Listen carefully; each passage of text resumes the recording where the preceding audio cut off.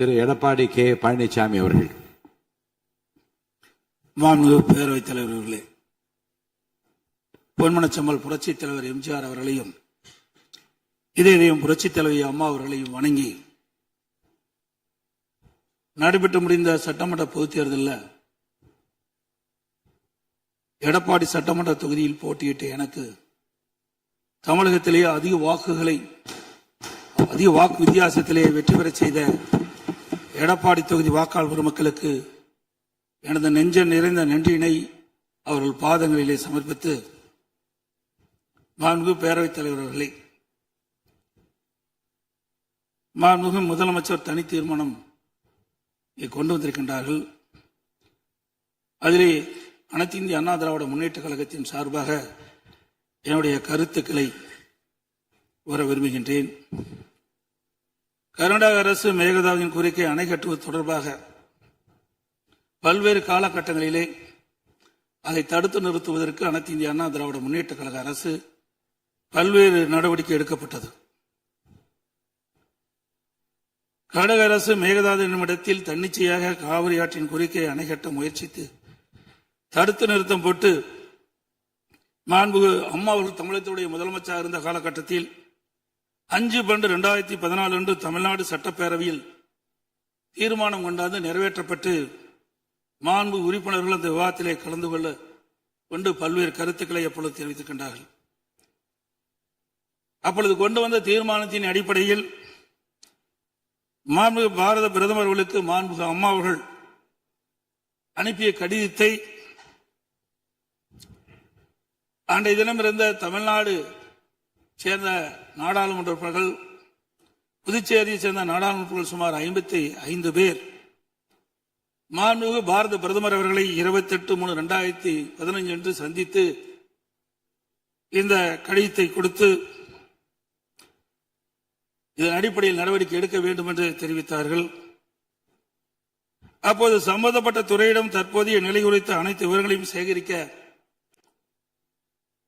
ஏற்கனவே அறிவுறுத்தியுள்ளதாகவும் இது குறித்து பரிசீலிப்பதாகவும் அன்றைய தினம் மாண்பு பாரத பிரதமர் நாடாளுமன்றத்திலே உறுதியளித்தார்கள். மேலும்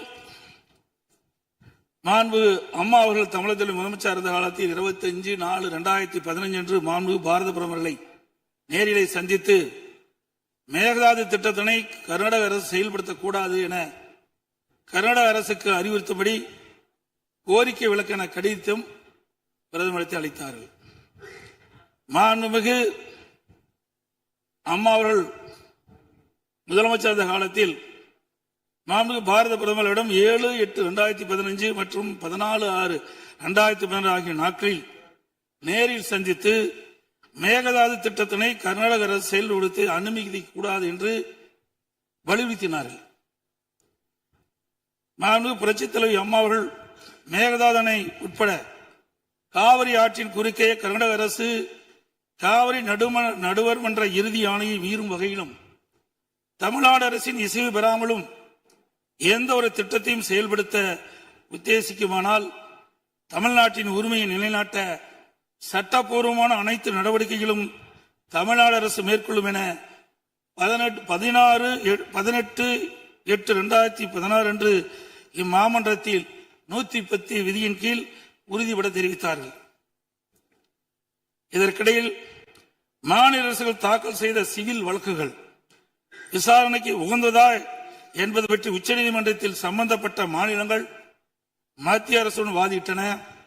9/12/2016 அன்று உச்சநீதிமன்றம் அளித்த ஆணையில் இம்மனுக்கள் உச்சநீதிமன்றத்தின் விசாரணைக்கு உகந்தவை என தீர்ப்பளித்து அதன் பின்னர் ஜூலை 2017 முதல் செப்டம்பர் 2017 வரை இறுதிக்கட்ட வாதங்கள் உச்சநீதிமன்றத்தில் நடைபெற்றன. இதில் கர்நாடக அரசு 9 நாட்களும், கேரள அரசு 2 நாட்களும், தமிழ்நாடு அரசு 13 நாட்களும், புதுச்சேரி மற்றும் மத்திய அரசு தலா 1 நாட்களும் தங்கள் வாதங்களில் நீதிமன்றத்தில் எடுத்து வைத்தன. அனைத்து தரப்பு வாதங்களையும் கேட்டிருந்த உச்சநீதிமன்றம் 16/2/2018 அன்று தனது தீர்ப்பினை வழங்கியது. இத்தீர்ப்பின் முக்கிய அம்சங்கள் பின்வருமாறு: பன்மாநில நதிகள் தேசிய சொத்து, எந்த ஒரு மாநிலம் தனி உரிமை கோர இயலாது என்று நவம்பர் 1991 ஆண்டு உச்சநீதிமன்றத்தின் கருத்து இத்தீர்ப்பில் மீண்டும் உறுதி செய்யப்பட்டுள்ளது. 1892 மற்றும் 1924 ஆண்டிய ஒப்பந்தங்கள் செல்லத்தக்கதல்ல என்ற கர்நாடகின் வாதம் ஏற்றுக்கொள்ளப்படவில்லை. கர்நாடக அரசு தமிழ்நாட்டின் பாசன பரப்பான 24.7008 லட்சம் ஏக்கர் என்பதை 21 லட்சம் ஏக்கர் என குறைக்க வேண்டும் என நடுவர் மன்றத்தின் முன் வாதிட்டது. இதனை காவிரி நடுவர் மன்றம் ஏற்றுக்கொள்ளாமல் தமிழ்நாட்டின் பாசன பரப்பு 24.708 லட்சம் ஏக்கர் என அதன் இறுதி தீர்ப்பில் குறிப்பிட்டுள்ளது. இதனை உச்சநீதிமன்றம் ஏற்றுக்கொண்டுள்ளது. உச்சநீதிமன்றம் தற்போது பிறப்பித்த ஆணைக்கு பாதகம் ஏதும் இல்லாமல் காவிரி நடுவர் மன்ற இறுதி ஆணைப்படி மாதாந்திர அடிப்படையில் 15 ஆண்டுகளுக்கு தமிழ்நாட்டிற்கு நீர் வழங்கப்பட வேண்டும் என்பது உறுதிப்படுத்தப்பட்டுள்ளது. உச்சநீதிமன்றம் அனைத்து மாநில வாதங்களை முழுமையாக கேட்டிருந்த பின்னர் கீழ்ப்படுகை மாநிலங்களில் ஒப்புதல் இல்லாமல் மேல்படுகை மாநிலங்களில் எவ்வித கட்டுமான பணிகளும் மேற்கொள்ளக்கூடாது என தெளிவான தீர்ப்பை வழங்கியுள்ளது. மேகதாது திட்டத்தை செயல்படுத்தக்கூடாது என்ற நமது நிலைப்பாட்டை உச்சநீதிமன்ற தீர்ப்புக்கு முன்னரும் பின்னரும் 25/2/2017, 27/2/2017, 4/9/2018, 8/10/2018 மற்றும் 2/11/2018 ஆகிய நாட்களில் நான் முதலமைச்சர் இருந்த காலத்தில் மாண்பு பிரதமர் அவர்களுக்கு கடிதங்கள் மூலமாகவும் நேரடியாகவும் சந்தித்து அணை கட்டுவதற்கான அனுமதியை மத்திய அரசு வழங்கக்கூடாது என்று தொடர்ந்து வலியுறுத்தி கேட்டுக் கொள்ளப்பட்டது. மேலும் 5/7/2017 மற்றும் 23/11/2017 ஆகிய நாட்களில் மத்திய நீர்வள ஆதாரத்துறை அமைச்சரையும் நேரிலே சந்தித்தும் கடிதங்கள் வாயிலாகவும் கர்நாடக அரசுக்கு மேகதாது அணை கட்ட எவ்வித அனுமதியும் மத்திய அரசு வழங்கக்கூடாது என வலியுறுத்தப்பட்டது. ஏற்கனவே உச்சநீதிமன்றம் பெங்களூரு நகரின் குடிநீர் தேவை உட்பட பிற பயன்பாட்டுக்காக 14.75 டிஎம்சி அடி நீரை கர்நாடக அரசுக்கு கூடுதலாக அளித்து உத்தரவிட்டுள்ளது. இந்நிலையில் மீண்டும் பெங்களூரின் குடிநீர் தேவைக்கென 67 டிஎம்சி அடி நீர் கொள்ளளவு கொண்ட மேகதாது அணையை கட்ட கர்நாடக அரசு முயற்சிப்பது தமிழ்நாட்டை பாலைவனமாக்கும் உள்நோக்கம் கொண்ட ஒரு செயலாகும். எனவே இவ்வணை கட்டப்பட்டால் தமிழ்நாடு மக்களின் வாழ்வாதாரமும் உரிமையும் கடுமையாக பாதிக்கப்படும். மேலும் நீர் பற்றாக்குறை ஏற்படும் ஆண்டுகளில் கடந்த காலங்களைப் போலவே காவிரி நீரை முழுமையாக தனது உபயோகத்திற்காக கர்நாடக பயன்படுத்தும் நிலை உருவாகும். இதை தவிர காவிரி படுகையில் மேற்படுகை மாநிலமான கர்நாடகா புதிய அணை கட்டுவதற்கான எந்த ஒரு அனுமதியும் மத்திய அரசு வழங்கக்கூடாது என்றும் உறுதிபட எடுத்துரைக்கப்பட்டது.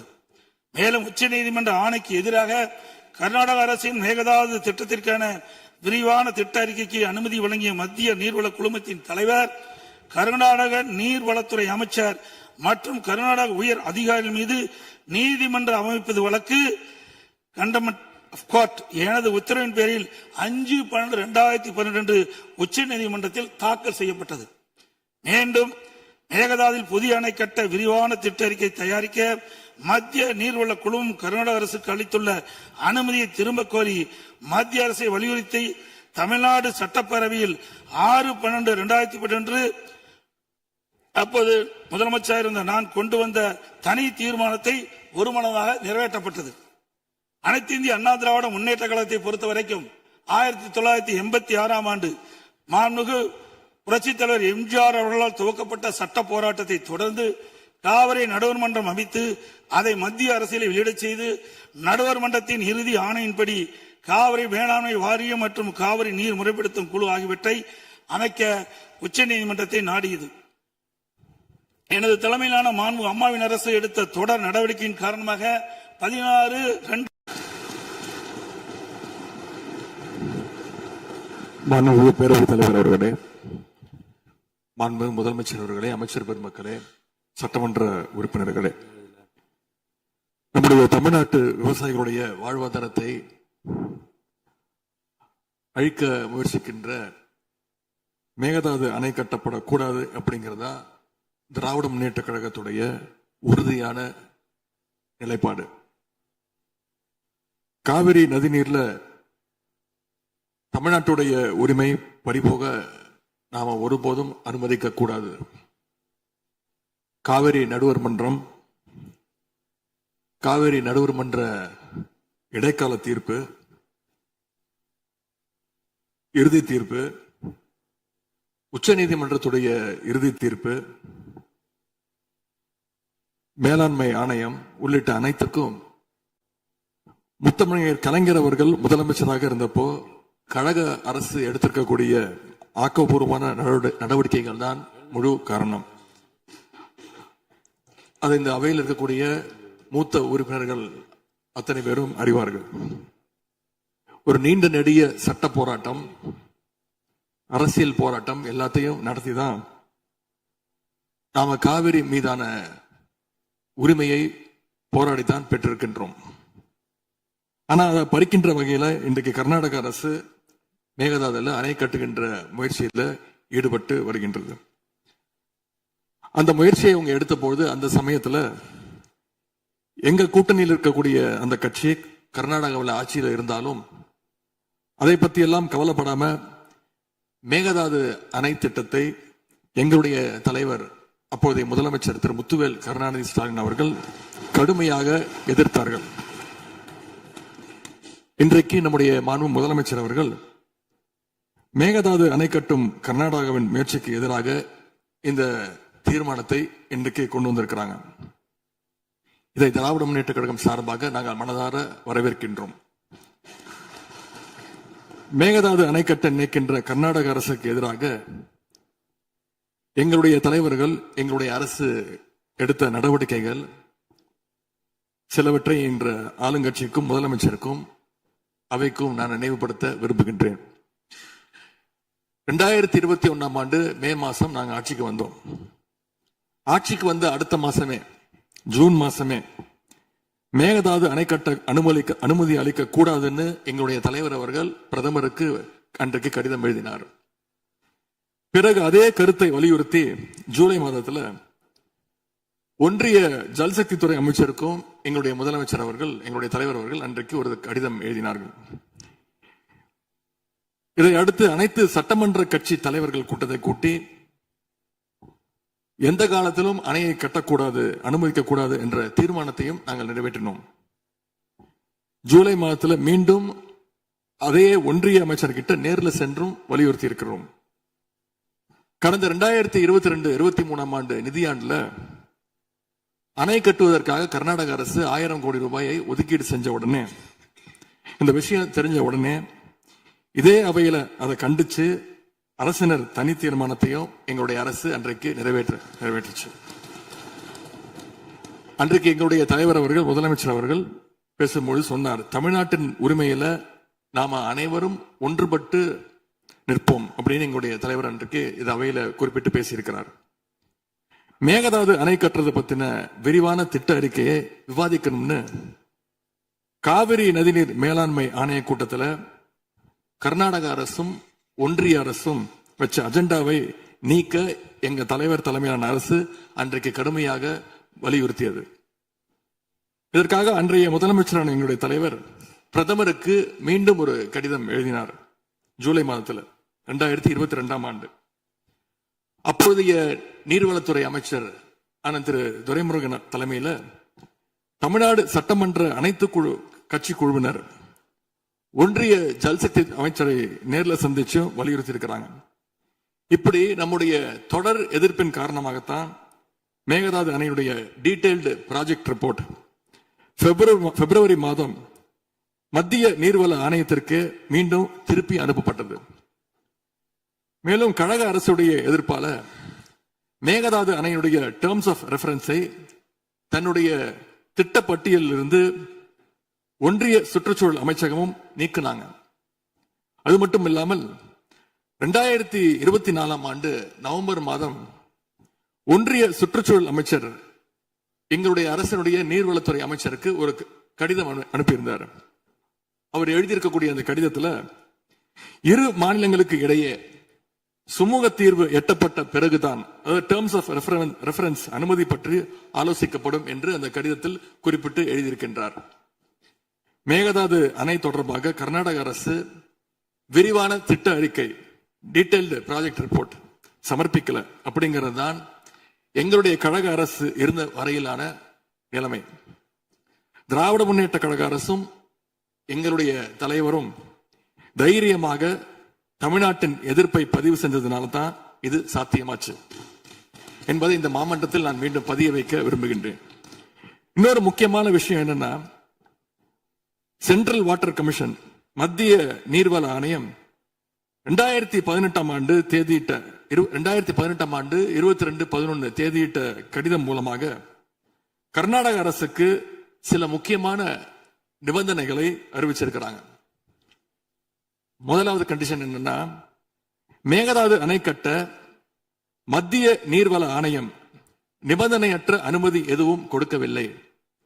இரண்டாவதாக, அணையின் கட்டுமானத்திற்கான விரிவான திட்ட அறிக்கையை கர்நாடக அரசு தயாரிக்கிறதுக்கு முன்பாக தமிழ்நாடு அரசு தெரிவிக்கின்ற பல்வேறு ஆட்சேபனைகளை அவர்கள் பரிசீலனை செய்யணும்.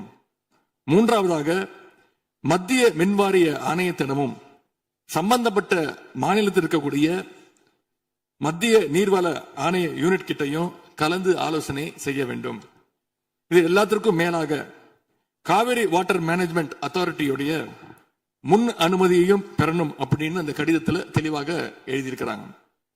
எனவே மாண்புமிகு பேரவைத் தலைவர் அவர்களே, இந்த அரசு இதையெல்லாம் ஒன்றிய அரசு கிட்ட உறுதியாக எடுத்து பேசி காவிரியில நம்முடைய தமிழ்நாட்டுடைய உரிமையை நம்ம அனைவரும் சேர்ந்து நிலைநாட்டிட வேண்டும். இன்னொரு முக்கியமான விஷயத்தையும் இங்கே நான் பதிய வைக்க விரும்புகின்றேன்.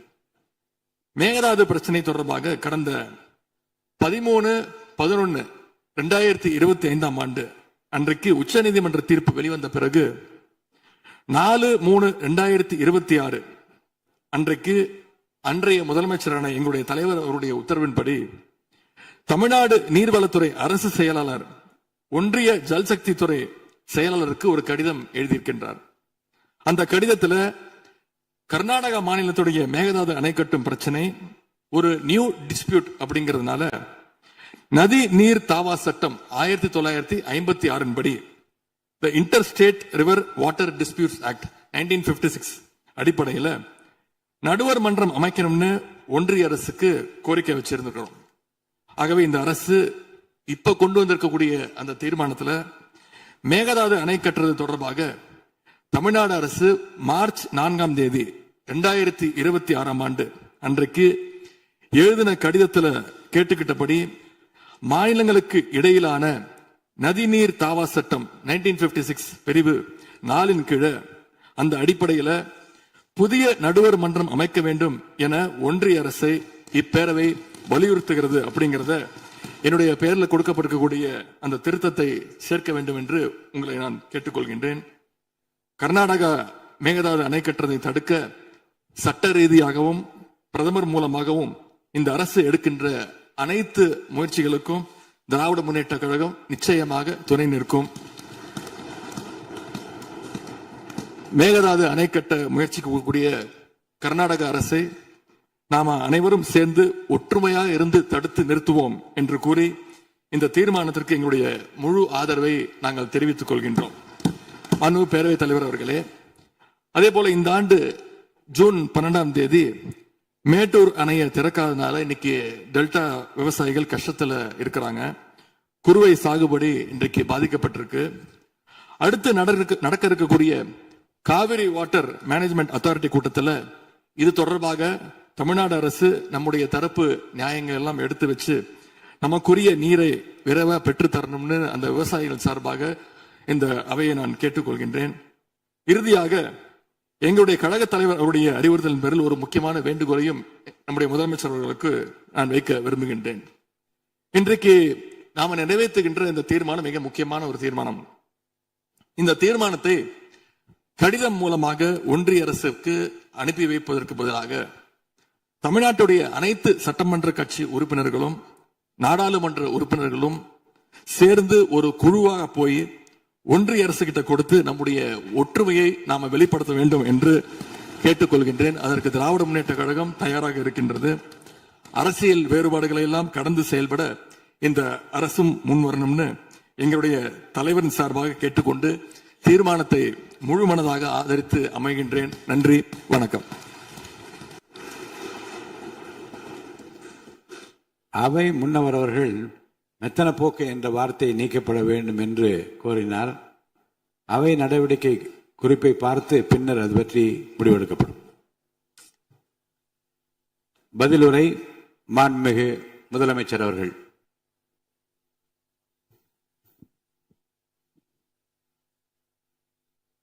மாண்புமிகு பேரவைத் தலைவர் அவர்களே, அரசின் தனி தீர்மானத்திற்கு ஆதரவு கருத்து தெரிவித்து அனைத்து மாமன்ற உறுப்பினர்களுக்கும் எனது நன்றியை தெரிவித்துக் கொள்கிறேன். மாண்புமிகு எதிர்க்கட்சித் தலைவர் அவர்கள் பேசும்போது அரசின் தனி தீர்மானத்தில் ஒரு கருத்தை சேர்க்க கோரியுள்ளார். அது குறித்து கீழ்கண்ட கருத்தினை பேரவைக்கு தெரிவிக்க விரும்புகிறேன். மேகதாது பிரச்சினை சம்பந்தமாக எனது தலைமையில் 26/5/2026 அன்று மேகதாது பிரச்சினைக்காக பிரத்யேகமாக தனி நடுவர் மன்றம் அமைப்பது குறித்து சட்ட வல்லுநர்களுடன் கலந்தாலோசித்து தனி நடுவர் மன்றம் அமைக்க ஏற்கனவே தேவையான சட்ட நடவடிக்கைகள் எடுக்கப்பட்டு வருகின்றன. எனவே எதிர்க்கட்சித் தலைவரால் அளிக்கப்பட்ட கருத்தினை 4வது பத்திக்கு அடுத்து கூடுதலாக சேர்க்கலாம் என மாண்புமிகு பேரவைத் தலைவர் அவர்களை கேட்டுக்கொள்கிறேன்.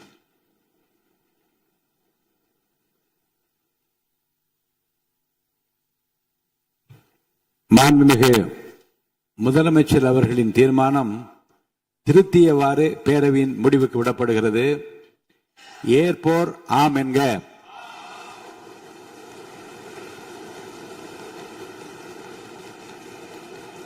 மறுப்போர் இல்லை என்க. மறுப்போரே இல்லை என்று கருதுகிறேன். மறுப்போரே இல்லை. தீர்மானம் ஒருமனதாக நிறைவேறியது.